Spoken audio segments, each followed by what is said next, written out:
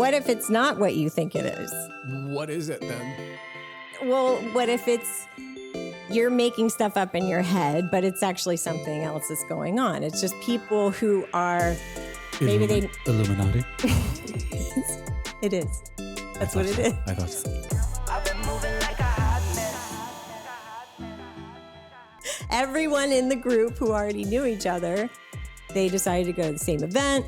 They're already friends or whatever. And maybe those people then met one other person. Yeah, it's paranoia for sure. I mean, the one thing about the lifestyle is the people are the most wonderful, giving, caring, wonderful, friendly people you will meet.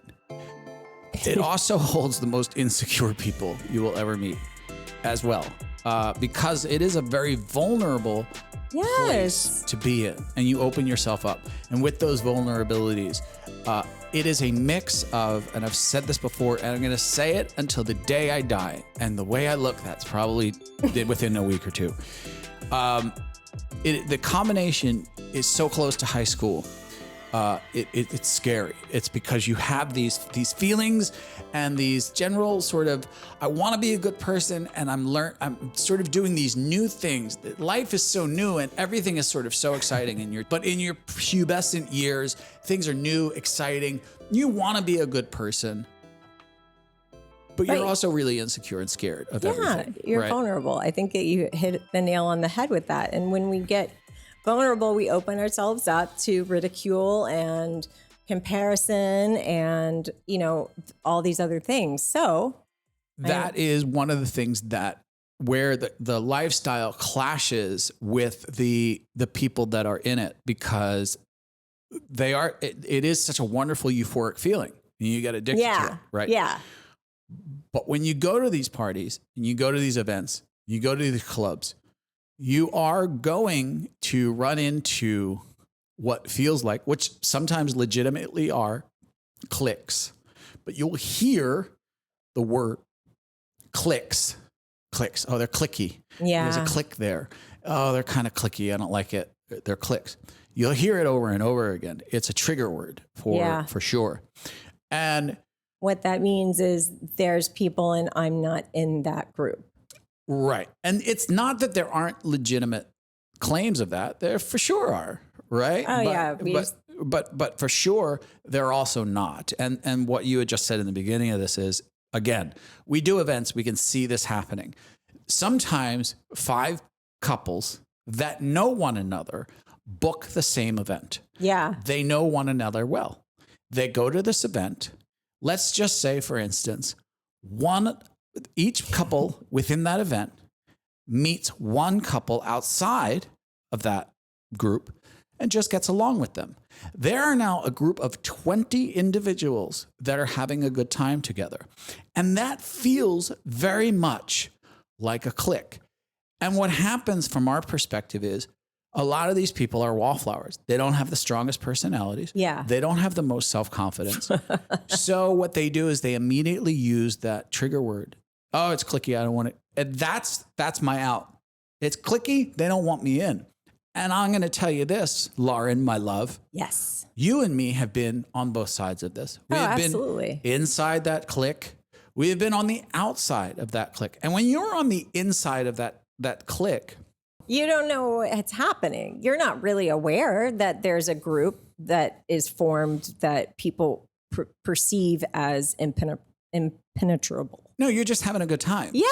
You're just having a good time. And when you are on the outside, you are hyper aware of what's going on.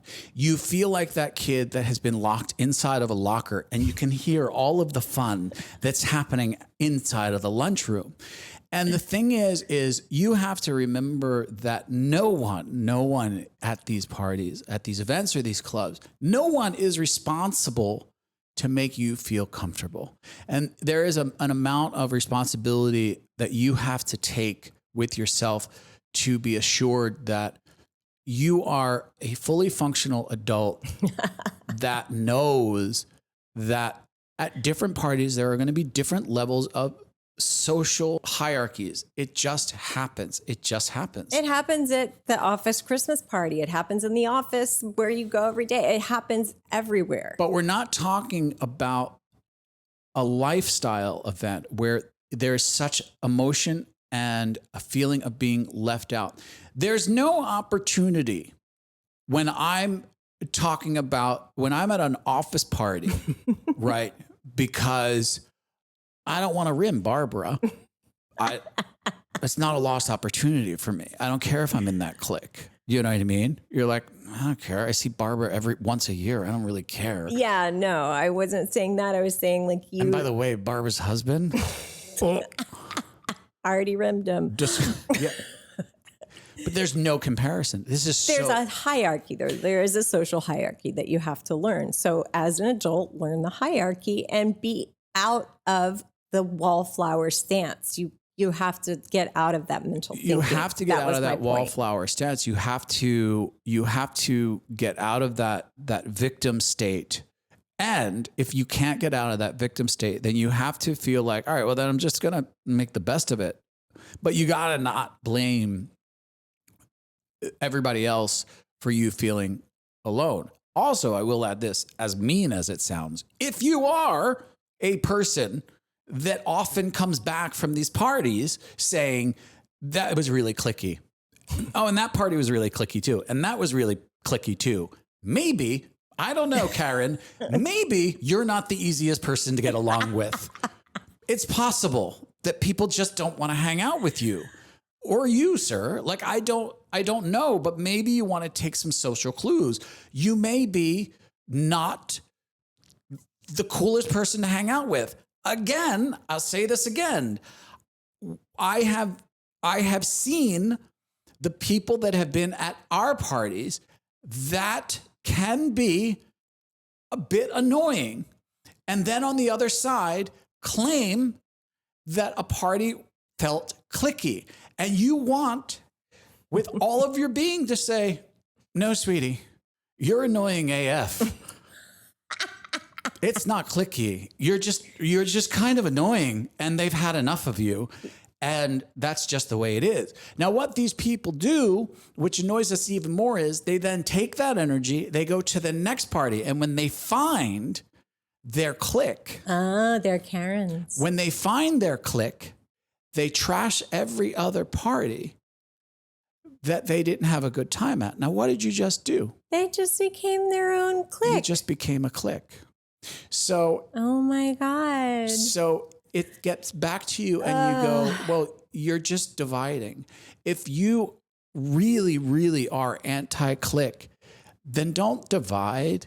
Really hard thing to do. It's a really, I think, difficult task to, it's so easy to cast judgment on others instead of seeing our part in what we're doing or in our behavior. So, you know, I think one of the best pieces of advice you gave a long time ago was to be the host of your own party. You have to. If you are a wallflower and that's just how you participate, you know, a lot of people will say, well, my husband's the outgoing one or my wife's the outgoing one. I'm the shy one. And that's great if you have a partner like that, but not all partners have an outgoing one. And if you are one of those, you'll end up a wallflower and you'll feel left out. So just, you know, you got to practice getting out there and doing stupid dance moves or asking someone, I'm going to order a drink. Do you need anything? Just, I don't know, whatever, something really silly, and just force yourself to talk to other people. I will say this too, that's really important for people to hear is there is a difference between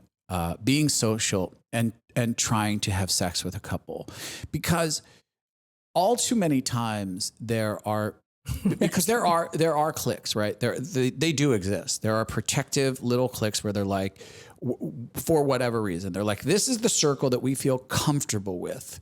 This is who we're sort of letting inside. This is who we want to be social with. And that is not abnormal. Well, it could also be their play clique, but it doesn't necessarily mean that that's their social clique. They might be inclined to let you be social with them. Sometimes people would just get to a limit where they're just like, this is kind of a group that we're hanging out with. Yeah. I mean, this is sort of, I'm emotionally spent of meeting more people. I'm not out to meet more people. It's exhausting, to be honest with you. It really is. So when you go into these situations in a lifestyle and you are, let's say you feel like, well, we're not good enough for them. If you go into a situation and you already feel like you're not good enough for this person, I feel intimidated. I feel like I'm physically not good enough for this person. Right, yeah, happens. And you take that energy and you double down and give the energy that you're trying to give them sex. It's the worst thing you can do, man. It's just, you will scare people. Then it will really start to feel cliquey because you start to come off like crazy people. You know what I mean? It's like, I'm not trying to women bash, but women do this more than men because it's acceptable. If a woman is not feeling heard or she's not getting attention, she will dial up that sexuality a lot. You know what I mean? And she'll dial it up. Guys may dial up different things like the loud, the funny, the whatever their volume is. So true. But women, and that gets obnoxious in its own right. Yeah, You're yeah, like, for sure. Okay, Kevin, if you could just knock off the dick jokes, like we're at a volume 6. Talking about astronomy right now. But women tend to do that. And what happens, like you had said before, at the Christmas party, there's a big difference here between letting someone in 4 or 5 or 10 minutes or an hour, or however long you're going to stick around at this shitty Christmas party, as opposed to, am I going to give this person the impression that we're going to have sex with them later? And I don't even enjoy talking to them at this point. So there are big differences in how you approach these situations. There's a difference between being a wallflower and then being like, okay, I get what they're saying. I'm going to dial it up to 1,000,000. I'm going to tell everyone, hey, do you want a blowjob? No, just be social. Which, by the way, does happen. Oh my God. We worked at the hotel. We just saw all kinds of stuff like this happening. I remember physically holding women's heads, like palming it like a basketball, like, go away. Stop. Go away. Stop it. You're just embarrassing yourself. Yeah. Stop it. Be social first and then flirt second. Yeah. And it's like, alcohol has a lot to do with it. And, but those emotions are a lot to deal with. But feeling that trigger word cliquey, feeling not accepted, welcome to the world, man. I mean, welcome to life. This is something that we have to deal with in every aspect of life. In every aspect of life, we have to deal with it. Just realize that it feels different in the lifestyle because we are just so vulnerable inside of what we do. What we do for fun is so vulnerable. I know from the entertainment industry and you being a model, one of the hardest things to do as a career is to walk through a door when you're selling something. And when you walk through the door, that product is you. And you walk through the door, and unlike selling kitchen knives, you put it on the table and you go, here's my set of knives. This one is to cut meats, and then here's a great poultry knife, and this one is to cut vegetables. And they say, you know what, we don't really like your knives. And you go, okay. You walk out the door and you go, my knives kind of suck. It's really hard to do when you walk through the door and you go, here I am. Do you like me? And you can tell in the room, they're like, we don't really like you. No. And you walk out that door constantly knowing they don't like me. They didn't buy the product, and the product is me. And it's very similar to what we feel in the lifestyle. I think the best thing would be if you're going to, like, you get those feelings, right? And just remind yourself that there's always one clique that you belong to. Yeah. That's a clique of you and me. You'll find your tribe. You'll eventually find them. Well, I was even smaller than that. It's you and me. That's our little clique. Our clique. Yeah, I mean, it's teeny. You got to pare it back down, and just like, this is all extra. I know, doesn't, like, you don't have to get along with everybody. It's just it's hard. Enjoy and have a good time. That's hard. When your expectations are to go, when you're seeing the images, right? Again, most epic party ever. You're seeing these photos of these parties and they're all having a great time. This is the image they have in their head, right? Not only are they looking at it visually, they're reading, which calculates to about 0.5% of the attendees, right? So if you take the 100 comments of the 4 people that are commenting on it, or the 10 people or whatever who's commenting, who is actually there, who's actually commenting, you're talking about a very, very tiny participation group of these parties. We tend to take those photos and that's what's locked in. That's the standard. That's what I have to achieve, and that's what I have to go home with. I need to accomplish that for this event. And that's what it's like. That's what it should be for me. And that's what it should be, because that's how it is for everybody. And if I don't attain that, I'm going to be let down. And it's sad because it's not always like that. It's not always perfect for everybody. It doesn't always feel great. But you will find someone. If you're not ever finding someone, it may be you. Maybe the problem is you may not be easy to get along with. Yeah. And people need to hear that. It's very true. In certain situations, I'm not easy to get along with under certain circumstances. In other certain circumstances, I'm lovely. Life of the party. I am. Oh, I'm never the life of the party. No, you're not. Never the life of the party. Unless it's napping. But in other situations, I'm quite lovely. In other situations, you don't want me around. You don't. Or they're just like, why is he so quiet? Why is he stressed? Because you don't want me around. That's why. That's why. And there's even one more reason on top of that. I just thought of it is there's some of these, weekend parties, 2-3 nights. These people, these groups could have started to accumulate over time. They may have met them last year. A lot of people go on vacations the same time every year, and they see the same people. Oh yeah, we met you guys. We didn't get to talk to you much last time, and they pick up where they left off. And these are, they're growing, they're nurturing. They take time to, and then you see a group that's been attending events, the past 4 events together, or they've started seeing, it's a perception again that this happened at this particular event and they're all friends and you're not fitting in, and there's maybe another reason for that too. Yeah, and that is also, you bring up a great point. One of these desperations for where's the Telegram group, where is the chat room, where can I start now to start to make these bonds, because that's the feeling. I do not want to walk into this lunchroom and not have a table to sit at. It's the last thing I would, I equate it to high school. But I do not want to walk into that lunchroom and not have a table to sit at. Is it anybody sitting here? Are you guys? Do you have B-lunch? You have B-lunch? You guys sitting here at this table? Is this taken or you can't?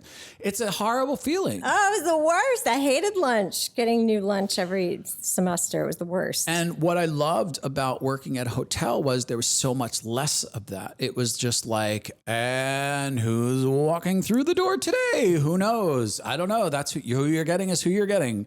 And that's who you got to deal with. And it was this revolving door of mystery couple just showed up and they have to try and you have to go try and nothing is sort of planned. One of the most difficult things is going on way too long, but we use it as a whole podcast. One of the most difficult things in showing up at a hotel sometimes is, let's say the average people go on vacation is 5 to 7 days. There could be people there that have been together for 5 days. Yeah. And you show up on day 1 and it feels like everybody knows one another. They've been partying for 5 straight days and you're the new person and it feels so out of sync. And we used to tell everyone, give it 24 hours. You will feel like a completely different person in 24 hours time. I promise you. This will feel completely different. And everyone says you are absolutely right. You are 100% right. 24 hours, I feel completely different. I'm so relaxed right now. Yeah. I was so uptight. I can't believe how much difference. I told you, just 24 hours. It will all just drip away. Yeah. Just give it 24 hours. Sometimes I still get anxiety. Like I just did a breath right there, remembering of being on the outside of those groups sometimes when we would go every week. Horrible.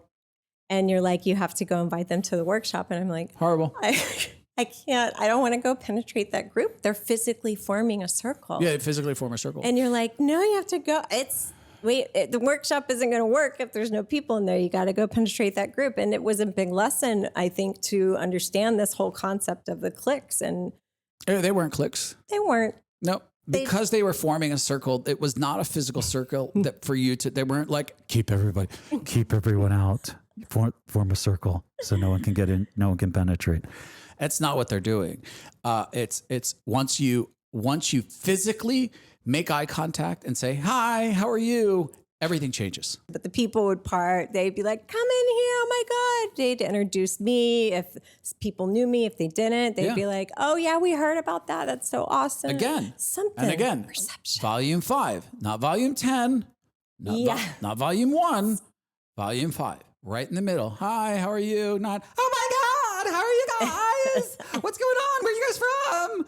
You're going to get kicked out of the circle because people are going to be like, you're an insane person. I don't want you around me. You don't match our energy. Yeah. Or if you approach and you're like, hi, how are you? Volume 2, no. I don't know what's wrong with this person. They must be really high. This feels like a lot of work. I don't want to. I'm going to have to sit and give this person therapy. I don't want that. Act like a normal goddamn human being. There you go. That's a way to sum it up, Richard. All right, I'm out of here.